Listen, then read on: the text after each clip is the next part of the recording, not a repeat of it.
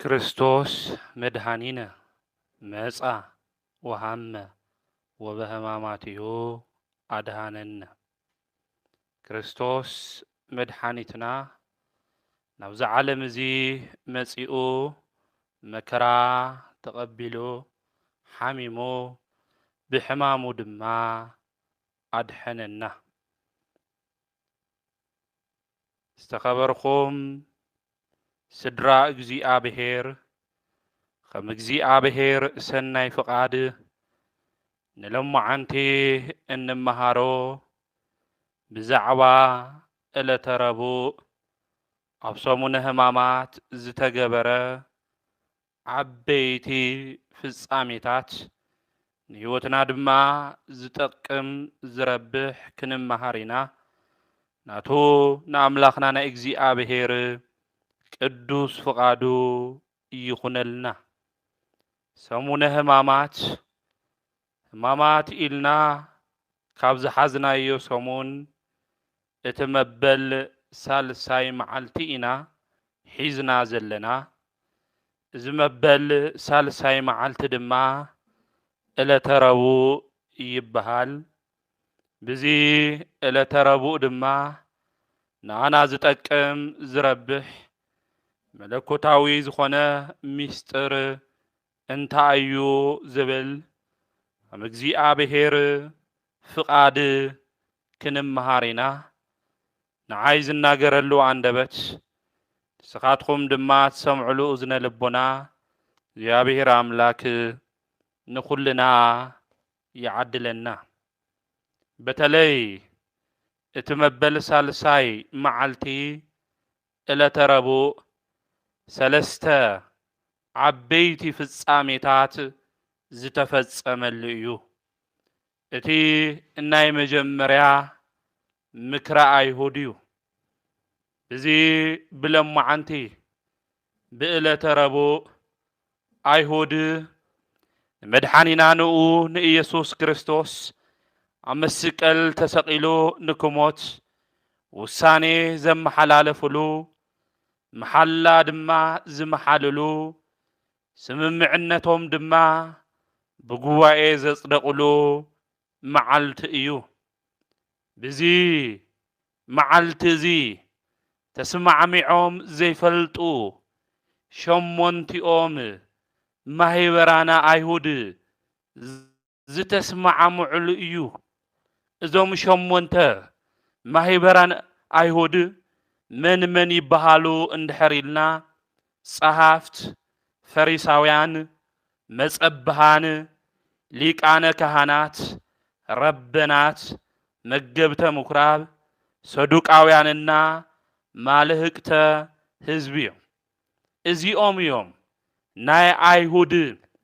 ሸሞንቲኦም ማሕበር ኢልና እንጽውዖም። እዞም ሸሞንተ ማህበር እዚኦም ድማ ሰብዓይ ክልተይ ኣባል ዘለዎም ናይ አይሁድ ባይቶ ወይም ሸንጎ ዘለዎም እዮም። እዞም ናይ አይሁድ ሸንጎ ዘለዎም ኣባላቶም ድማ ሰብዓይ ክልተይ ዝኾኑ ሸሞንተ ማህበራነ አይሁድ ንኡ ንመድሓኒት ንኢየሱስ ክርስቶስ ንክሰቕልዎ ዝተማኸርሉ ምኽሮም ድማ ዝፈጸምሉ ዕለተ ረቡዕ እዩ። ብዚ መዓልቲ እዚ እዮም ምኽሮም ስምምዕነቶም ዘጽደቕሉ። በተለይ ሊቀ ካህናት ቀያፋ ህዝቢ ኩሉ ካብ ዝጠፍእ ሓደ ተትሞት ይሕሽ ብዝብል ዘቕረቦ መሰረታዊ ሓሳብ እቲ ጉባኤ ተስማዕሚዑ ዘይፈልጥ ጉባኤ ንክርስቶስ ንክሞት ግን ኣብዚ ሰዓት እዚ ተስማዕምዑ። ወገናተይ ዘይንስማዕማዕ ዝነበርና ሰባት፣ ብሓሳብ ኣፈላላይ ዝነበረና ሰባት ንኽፍዓትና ንተንኮል ከመይ ከም ንተሓባበር ልቦናና ዝፈልጦ ሓቂ እዩ። እዞም ናይ አይሁድ ማህበር እውን ሸሞንቲኦም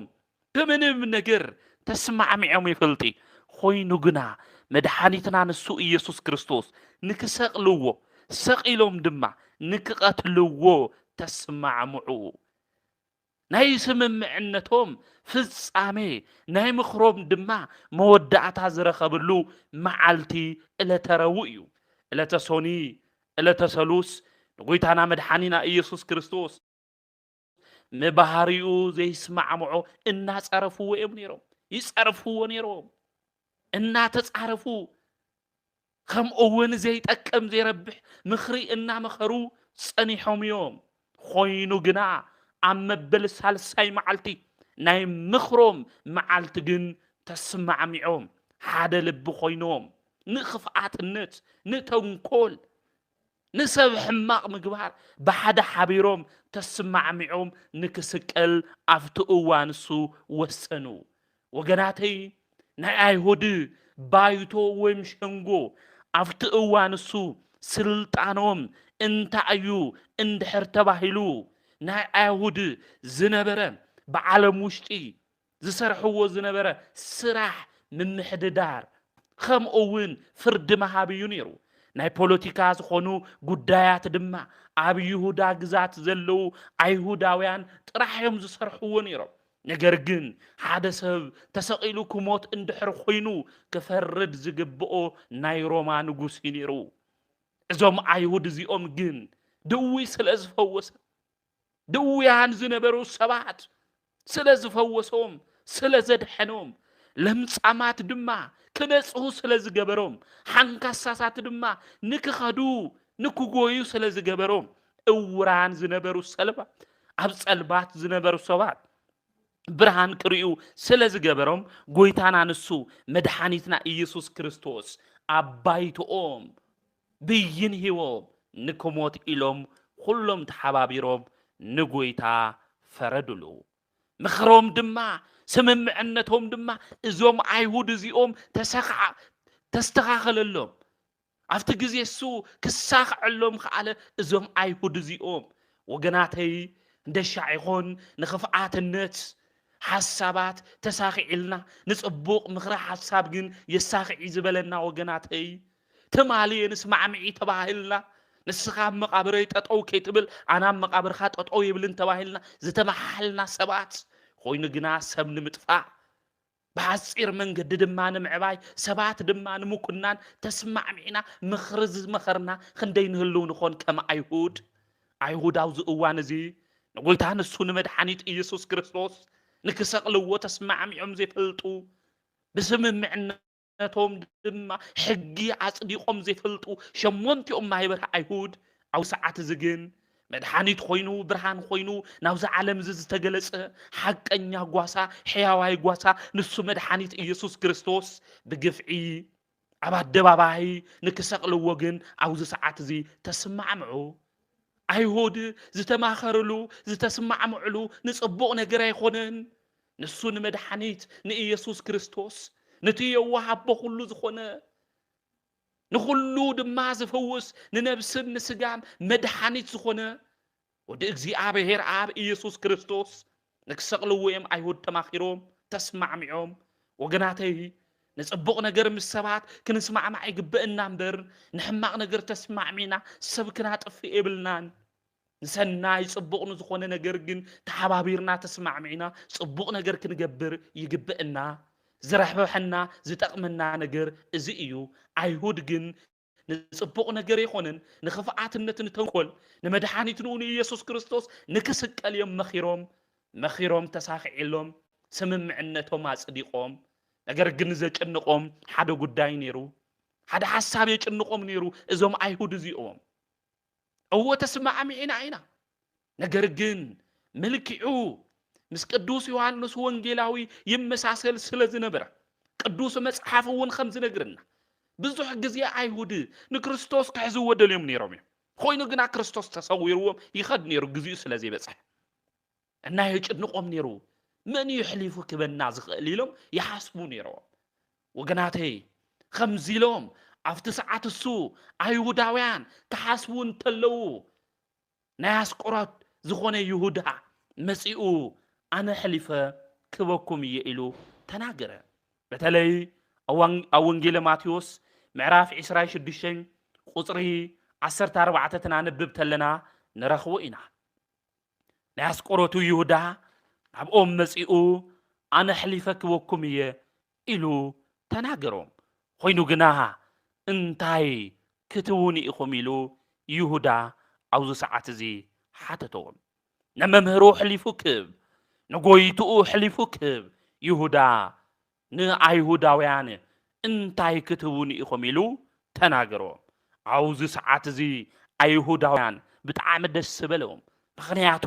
ዘጨንቆም ዝነበረ ዓብይ ጉዳይ እዚ ስለ ዝነበረ ደስ በሎም ተሓጎሱ ኣብዚ ሰዓት እዚ ንስኻ ሕሊፍካ ሃበና እምበር 30 ዲናር 30 ቅርሺ ክንበካ ኢና በልዎ 30 ቅርሺ ወይም 30 ዲናር ብናቶም መዘንሉ ኣብዚ ሰዓት እዚ ይሁዳ ምስ ኣይሁዳውያን ተስማዕምዐ እዚ ልባ ኣምላክ ዳዊት እዚ ሰብ እዚ ካብ ዘይውለድ ይሕሾ ነይሩ ኢሉ ዝተናገረ ንሱ መድሓኒና ኢየሱስ ክርስቶስ እውን ኣብ ማቴዎስ ወንጌል ምዕራፍ 26 ቁጽሪ 24 ክናነብብ እንተለና እቲ ሰብ እቲ ካብ ዘይተወለደ መሓሾ ነይሩ እዩ ዝብል እዚ ሰብ እዚ ካብ ዘይውለድ ይሕሾ ነይሩ ናይ ይሁዳ ነገር ዘጨንቕ እዩ ናይ ይሁዳ ኣቦኡ መምህር ነቢይ ዝኾነ እምባቆም ናፍቲ ዝነበረሉ ቦታት መጽእ እንተሎ ነቲ መምህር እሱ ንከያኸብር ኢድ ድማ ንከይነስእ ብኽዳኑ ተሸፊኑ ይሕልፎ ነይሩ ናይ ይሁዳ ኣቦኡ ብጣዕሚ ትዕቢተኛ ዝነበረ ሰብ እዩ ወገናተይ ትዕቢታዊ ህይወትና ክህልወና ይግባእን ትዕቢታዊ ውሽጥና ዘለና ሰባት ክንዋረድ ምዃንና ክንፈልጥ ይግብአና ናይ ይሁዳ ኣቦኡ ድማ ትዕቢተኛ ነበረ ኣብዚ ሰዓት እዚ እቲ መምህር ተሓልፍ እንተሎ ገጹ ተሸፊኑ ነቲ መምህር ንዘይ ምኽባር ብትዕቢት ውሽጢ ኮይኑ ነቲ መምህር ይሕልፎ ነይሩ እቲ ነቢይ ግን ጉዳይ ፈጺሙ ተመለስ እንተሎ ናይ ይሁዳ ኣቦኡ ተቐሚጡ ረኸቦ እዚ ናይ ይሁዳ ኣቦኡ ተቐሚጡ እቲ ነቢይ ትረኽቦ እንተሎ እቲ ካባኻ ዝውለድ ብሎ ንይሁዳ ኣቦኡ ንዓኻ ዝቐትል ንንኡ ድማ ዝደፍር ንመምህሩ ድማ ዝሸይጥ እዩ በሎ ከመይ ዘጨንቕ ቃል ይኾን ወገናተይ ነቢዩ ዝተናገሮ ኣይቐሪ ስለ ዝኾነ እዚ ሰብኣይ እዚ ናይ ይሁዳ ኣቦኡ ላብንኡ ናይ ይሁዳ ኸይዱ ኣነ ስኺ ብሩካቤ ክንራኸብ ይብልና ምኽንያቱ ሓደ ነቢይ ከምዚ ኢልኒ ይበላ ተስማዕሚዖም ብሓደ ክንሓድር ይብልና ኢሎም ሓሰቡ ኮይኑ ግና ካብ ዕለታት ሓደ ግዜ ክልቲኦም ወይኒ ሰትዮም ስለ ዝሰኸሩ ተራኸቡ ኣብዚ ሰዓት እዚ ይሁዳ ተጸነሰ ይሁዳ ምስ ተጸነሰ ዝወለደቶ ኣዲኡን ኣቦኡን ተጨኒቆም እቲ ነቢይ ዝበለ ድማ ኣብ ልዕሊኦም ምእንቲ ከይፍጽም ኣብቲ እዋን እሱ ይሁዳ ምስ ተወለደ ኣብ ሳጥን ገይሮም ናብ ባሕሪ ደብረይዎ ከም ሙሴ ናብ ባሕሪ ደብረይዎ ናብ ባሕሪ ምስ ደብረይዎ ድማ ናፍታ ማዕዶ ዘላ ከተማ ዝነበሩ ወታደራት ወሲዶም ንይሁዳ ዕበይዎ ይሁዳ ድማ ጎበዝ ተዋጋኢ ኮነ ኣብቲ ግዜ እሱ እቶም ማዕዶ ዝነበሩ ካሊኣት ዓዲ ድማ ምስታ ኣቦ ኣዲኡ ዘለውዎ ህዝቢ ውግእ ተጀመረ ኩናት ተጀመረ ክልቲኦም ትዋግኡ እንተለዉ ኣቦ ኣፍቲ ውግእ ስለ ዝነበረ ዓዱ ይሕልው ስለ ዝነበረ ይሁዳ ድማ ጎበዝ ወታደር ስለ ዝነበረ ናቦኡ ቀተልዎ ከምኡ እውን ናፍታ ከተማ ኣተዩ እታ ከተማ ወሪሮም ምስ ሓዙ ኣብቲ እዋን እሱ ይሁዳ ጎበዝ ተዋጋኢ ስለ ዝነበረ ቆናጅዋ ንእስቲ ኣምፂኦም ካፍተን ቆናጁ ድማ ሓንቲ ሰበይቲ ኣምፂኦም እዚኣ ንዓኻ በልዎ ይሁዳ ድማ ምስ ኣሓደረ ኣብዚ እዋን እዚ እታ ሰበይቲ ነብሳ ነገራ ውሽጣ ክነግራ ጀመረ መኒኻ ሽምኻ በለቶ ከመይልካ ዓቢኻ በለቶ ድሕሩ ብዙሕ ምንግጋር መን ምዃኑ ነገራ ኣብዚ እዋን እዚ ኣዲኡ ምዃና ፈለጠት ንሱ እውን ወላዲቱ ምዃና ተረድእ ምስ ወላዲቱ ከምዝሓበ ይሁዳ ተረድእ እቲ ነቢዩ ዝበለው ቃል ይኸውን እዩ ዘሎ ወገናተይ እምባቆም ነቢዩ ዝበለው ናብኡ ይቀትል ንንኡ ይደፍር ንጎይትኡ ድማ እንታይ ይግበር ይሸይጥ ነዚ ጎይታና መድሓኒና ኢየሱስ ክርስቶስ ሰብ ዝስ ካብ ዘይውለድ መሓሾ ነይሩ ዘይምውላድ ይሕሾ ነይሩ ኢሉ ጎይታና መድሓኒና ኢየሱስ ክርስቶስ ዝተናገሮ ነዚ እዩ ኣብዚ እዋን እዚ ናይ ይሁዳ ኣዲኡ ከምኡ እውን ይሁዳ ብሓደ ኮይኖም በል ካብዚ ነገር እዚ ከንጽህና ከድሕነና ዝኽእል ሓደ መምህር ኣሎ ናብኡ ንኽድበለቶ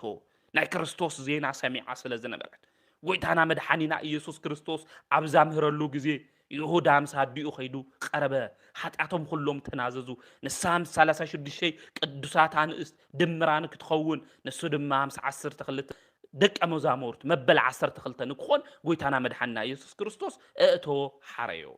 እና እዚ ደቀ መዝሙር እዚ እዩ ጎይታ ሓጢኣቱ ይቅር ዝበለሉ ናብ ህይወት ማዕድ ዘምጽኦ ብዙሕ ተኣምራት ካብ ጎይታ ዝተማሃረ አስቆሮታዊ ይሁዳ ንመድሓኒት ንኡን ኢየሱስ ክርስቶስ ንመምህሩ እሕሊፉ ክቦ ምስ አይሁድ ተስማዕምዐ ወገናተ ይሁዳ ይገርም እዩ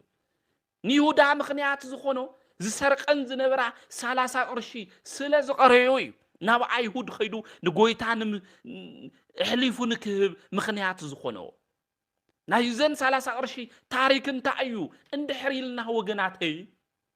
ማርያም እንተ ህፍረት እትበሃል ኣብ ሉቃስ ወንጌል ምዕራፍ 7 ቁጥር 30 ክናንብብ እንተለና ታሪካን ረኾይና ማርያም እንተ ህፍረት እትበሃል አምስታወት ሓደ ግዜ ጠጠው በለት ስራሓ ዝሙት ነይሩ ዓለም ኩሉ ዝፈልጣ ሓጢኣተኛ እያ ነይራ ደስ ዝብላ ነገር እትሰርሕ እያ ነይራ ካብ ዕለታት ሓደ መዓልቲ ግን አምስታወት ቅድሚ ጠጠው በለት ጠጠው ኢላ ተምልከት እንተላ ግን እዚ ሰውነተይ እዚ እዚ ጽባቐይ እዚ ኩሉ ክፈርስ እዩ ክብስብስ ይበለት እወ ሓቃ ትኽክል እዩ ወገናተይ እዚ ንሪኦ ዘለና ሰውነትና ድሕር ራብዓይ መዓልቲ በስባስ እዩ ድሕር ራብዓይ መዓልቲ ጨናዊ እዩ ዓይንና ይፈስስ ሰውነትና ድማ ሓመድ ይበልዖ እዩ ወገናተይ ነዚ ስጋ እዚኢና ጽቡቕን ሕማቕን እናሰራሕና ኣብ ሓጢኣት ማዕበል ኩሉ እንናወፅ ዘለና ወገናተይ እዛ ሰበይቲ እዚኣ ሰውነታ ተመልከተት እዚ ጽባቐ እዚ ምሳይ ጸንሒ ነጋንጎ ድማ ሓመድ ክበልዖ ይበለት አምስታወት ጠጠው ኢላ ወገናተይ እዚ ስጋ እዚ ምሳና ይነብሪ ስጋ ባዳ እዩ ነጋንጎ ናብ ሓመድ ዝቕየር እዩ ኦ አዳም መሬት አንተ ወትገብእ ውስተ መሬት አዳም ንስኻ መሬት ኢኻ ናብ መሬት ድማ እንታይ ክትኾን ኢኻ ክትመለስ ኢኻ ወገናተይ ዘይመውት ሰብ የለይ እንድሕር ሞይትና ኩልና ሓመዲና ንኾን ፈራሲ በስባስ ዝኾነ ጨናዊ ዝኾነ ስጋ እዩ ዘለና እዚ ምዃኑ ክንፈልጥ ክንርዳ ይግብእና ሓመድ ምዃንና ብደንብ ጌርና ክንርዳ ንውሽጥና እውን ክንነግሮ ይግብእና እዛ ሰበይቲ እዚኣ እውን ሓመድ ምዃና ነገር ግን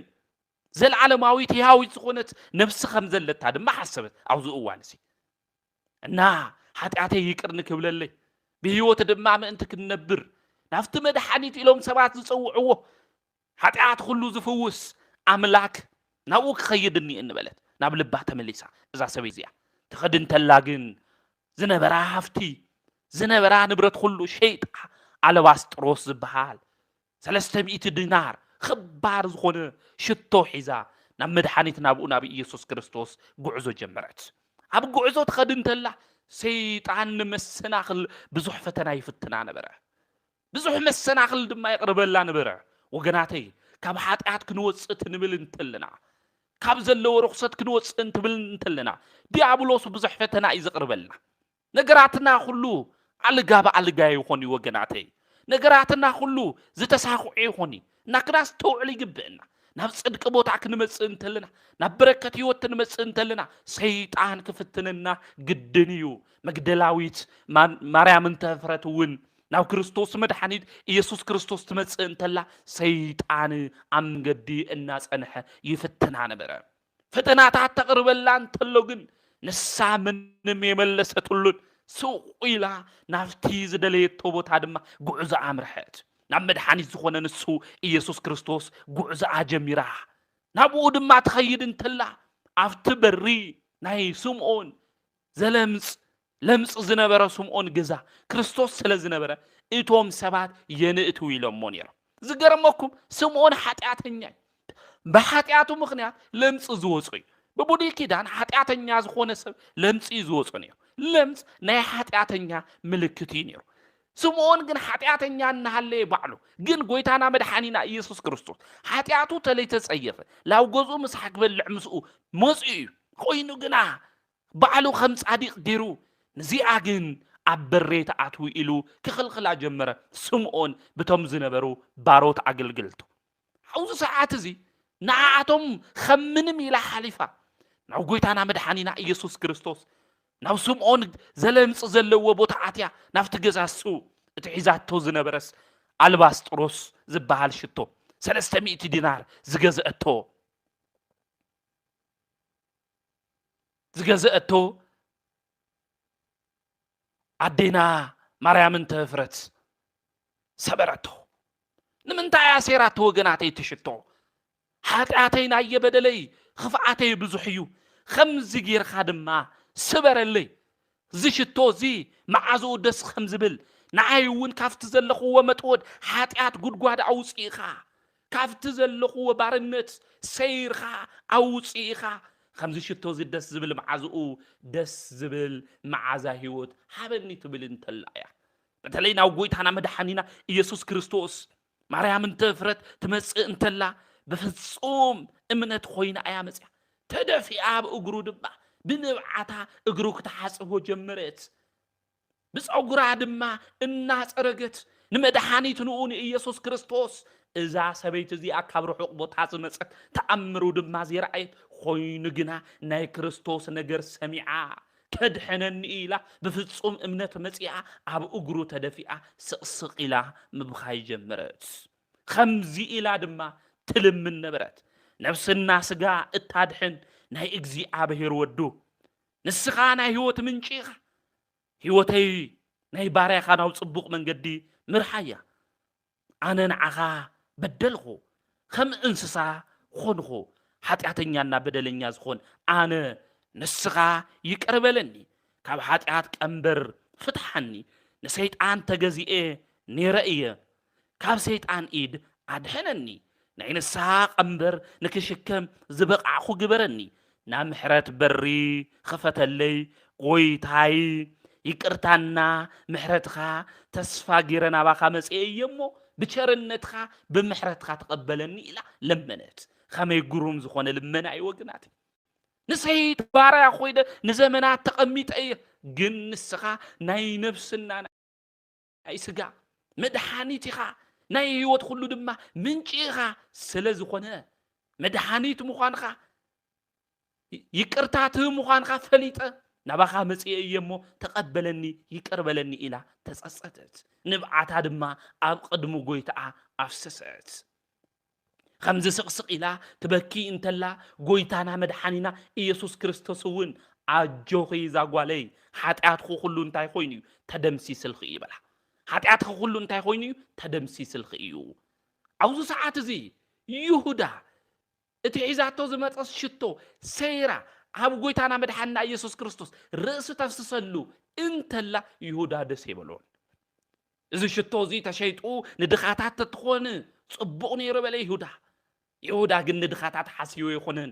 ወንጌላዊ ቅዱስ ዮሐንስ ከም ዝነግረና ሌባ ስለ ዝነበረ እዩ እንታይ ስለ ዝነበረ እዩ ሌባ ስለ ዝነበረ ካብ ኸረጢት ይሰርቕ ስለ ዝነበረ ኣብ ልዕሊ እቲ ዝመጽእ ብፍቕሪ ዝህብዎ ዝነበረ ውህብቶ ንጎይታና መድኃኒና ኢየሱስ ክርስቶስ ኣብ ልዕሊ ገንዘብ ጎይታ ሸይምዎ ነይሩ ንይሁዳ ካብ ሚእቲ ቅርሺ ድማ 10 ቅርሺ ይሁዳ ይሰርቕ ይወስድ ነይሩ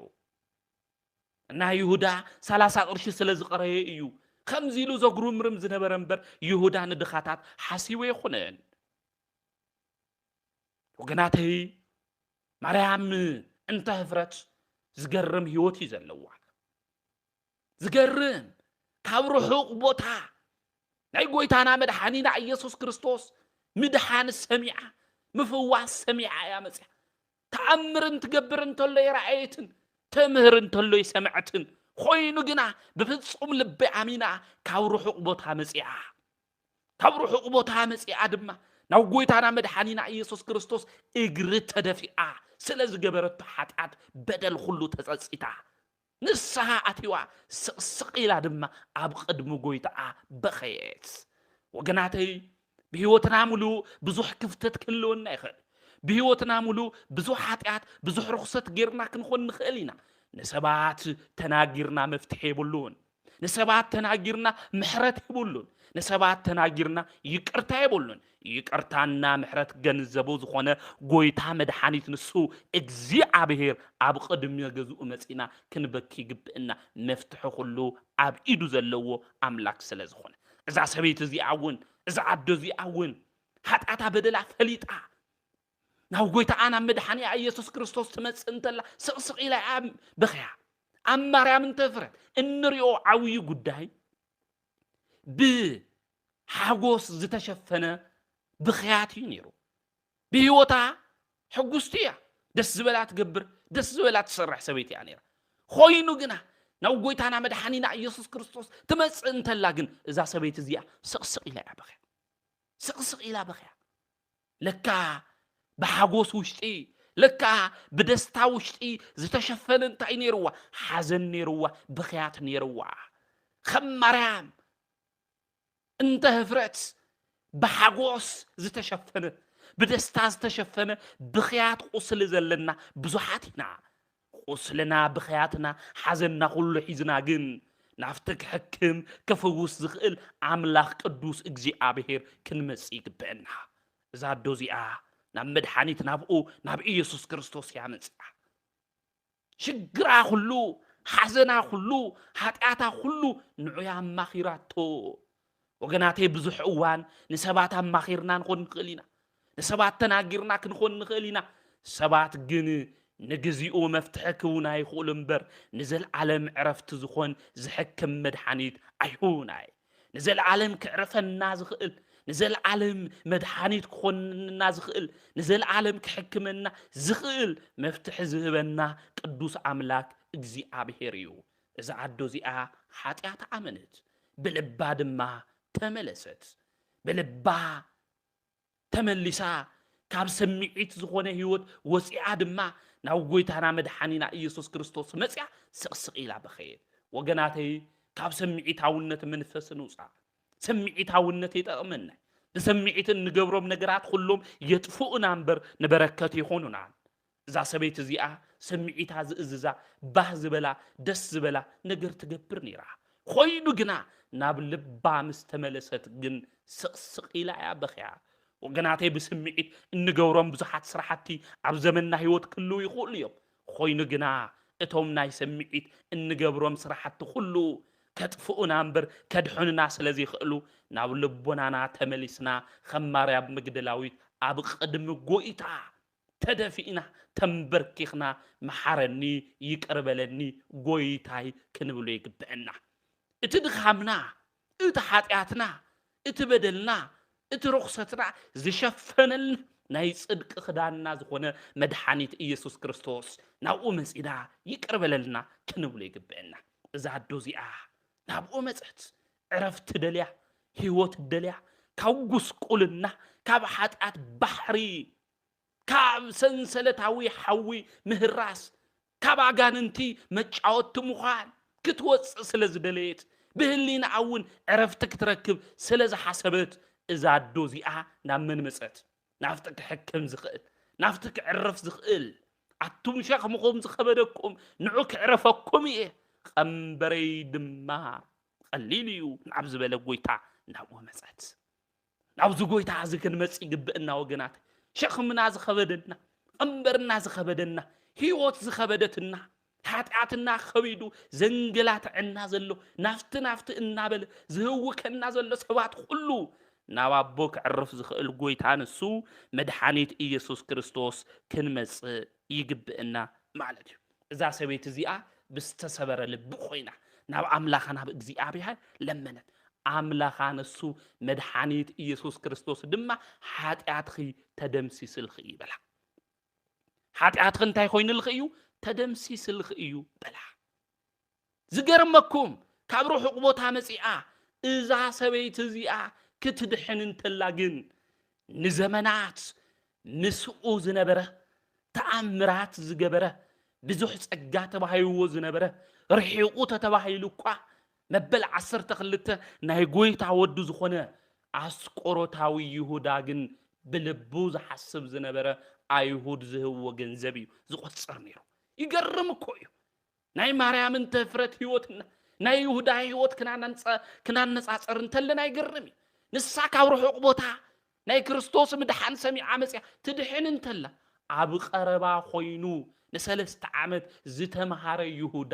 ደቀ መዝሙር ናይ ክርስቶስ ወዲ ዝኾነ ግን ልቦንኡ ክመልእ ኣይኸኣለ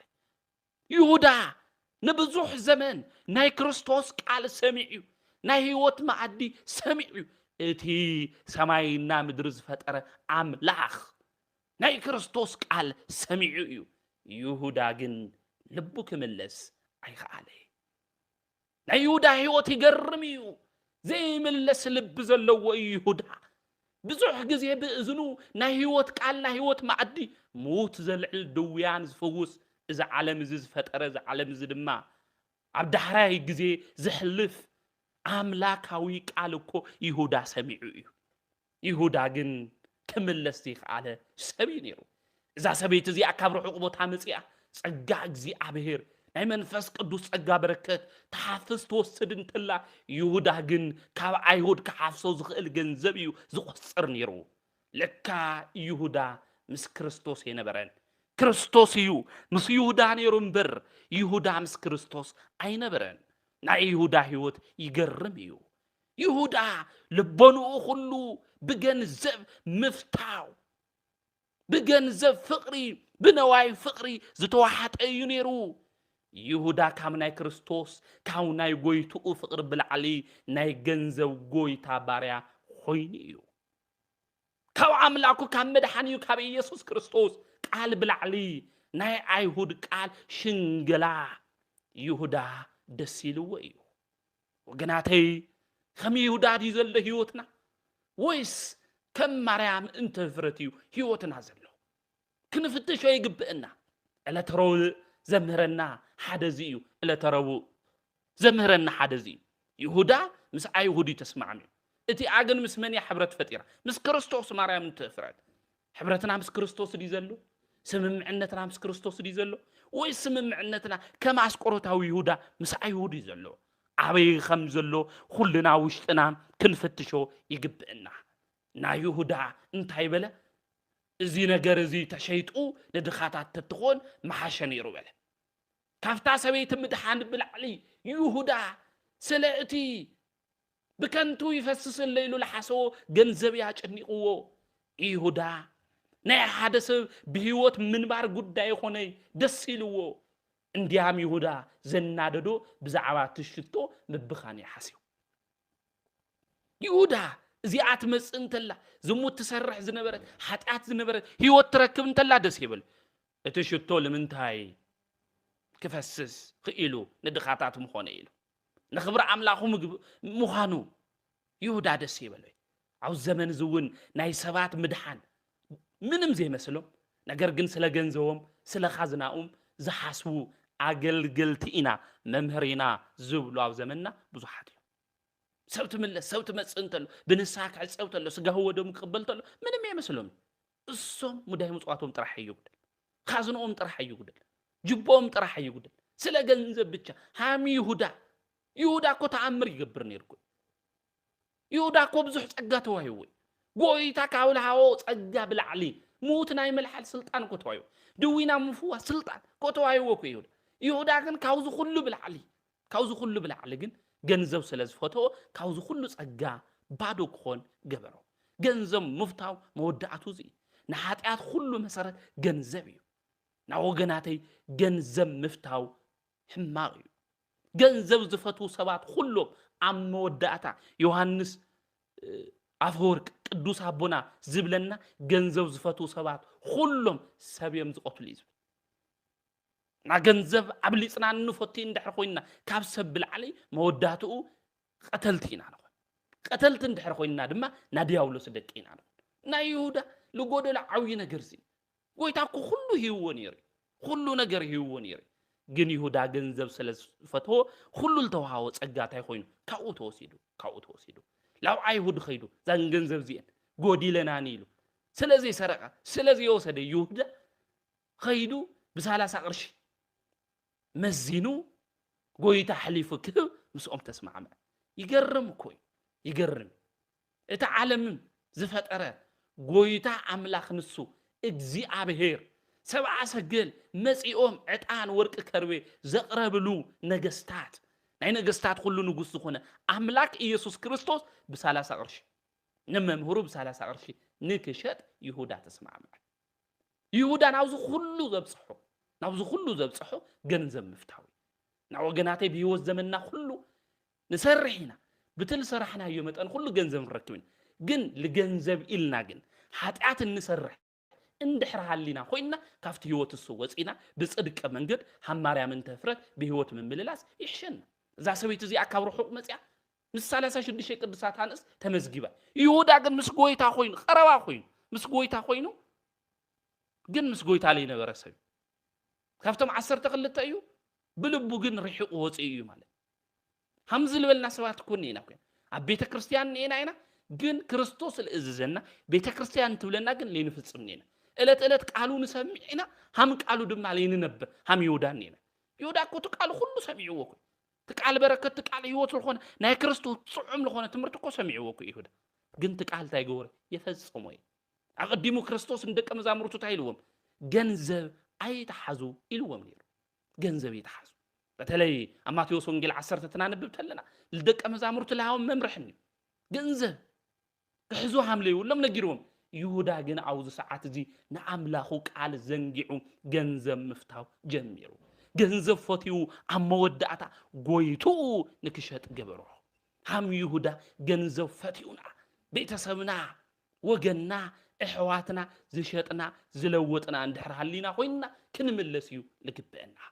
نا يهودا قويتو مني تتوهيلو جنزب نخلتها قويتها مجزع أي كعلني لكريستوس أميرنا نا يهودا قويتو دم أو ساعة زي مني ندحرينا جنزب يخوين هم يهودا جنزب قويتنا ندحر خوينو مجرشانا فلسامينا موتيو مريم انت فرت جن كاب جنزب كاب حاتيات بدل كاب رخصت كفتوة عالم وصيعة ناب كريستوس مسيا جن بسلام بفقري مثال أساس الشيء قدسات عن استدمة تمزجيبة بهوت من مللاس جميع عيا نعو جناتي هم مريم من تفرد كن خوون يجبئنا هم يهودا لبلا هوت لأنا عيد أغمنا عبيت كريستيان نينا عم قلقال نينا عم مهار نينا هذا شعتاي يهودا كنت عمري يجبرنير هذا الشعتاي أنا أحسب تأمر لجور كلهم قدسان مسيلين سمعن جن يخوني تأمر لجبر كله قدس يخون اليوم كريستوس عمات يوصونجيل شو عتة تايلو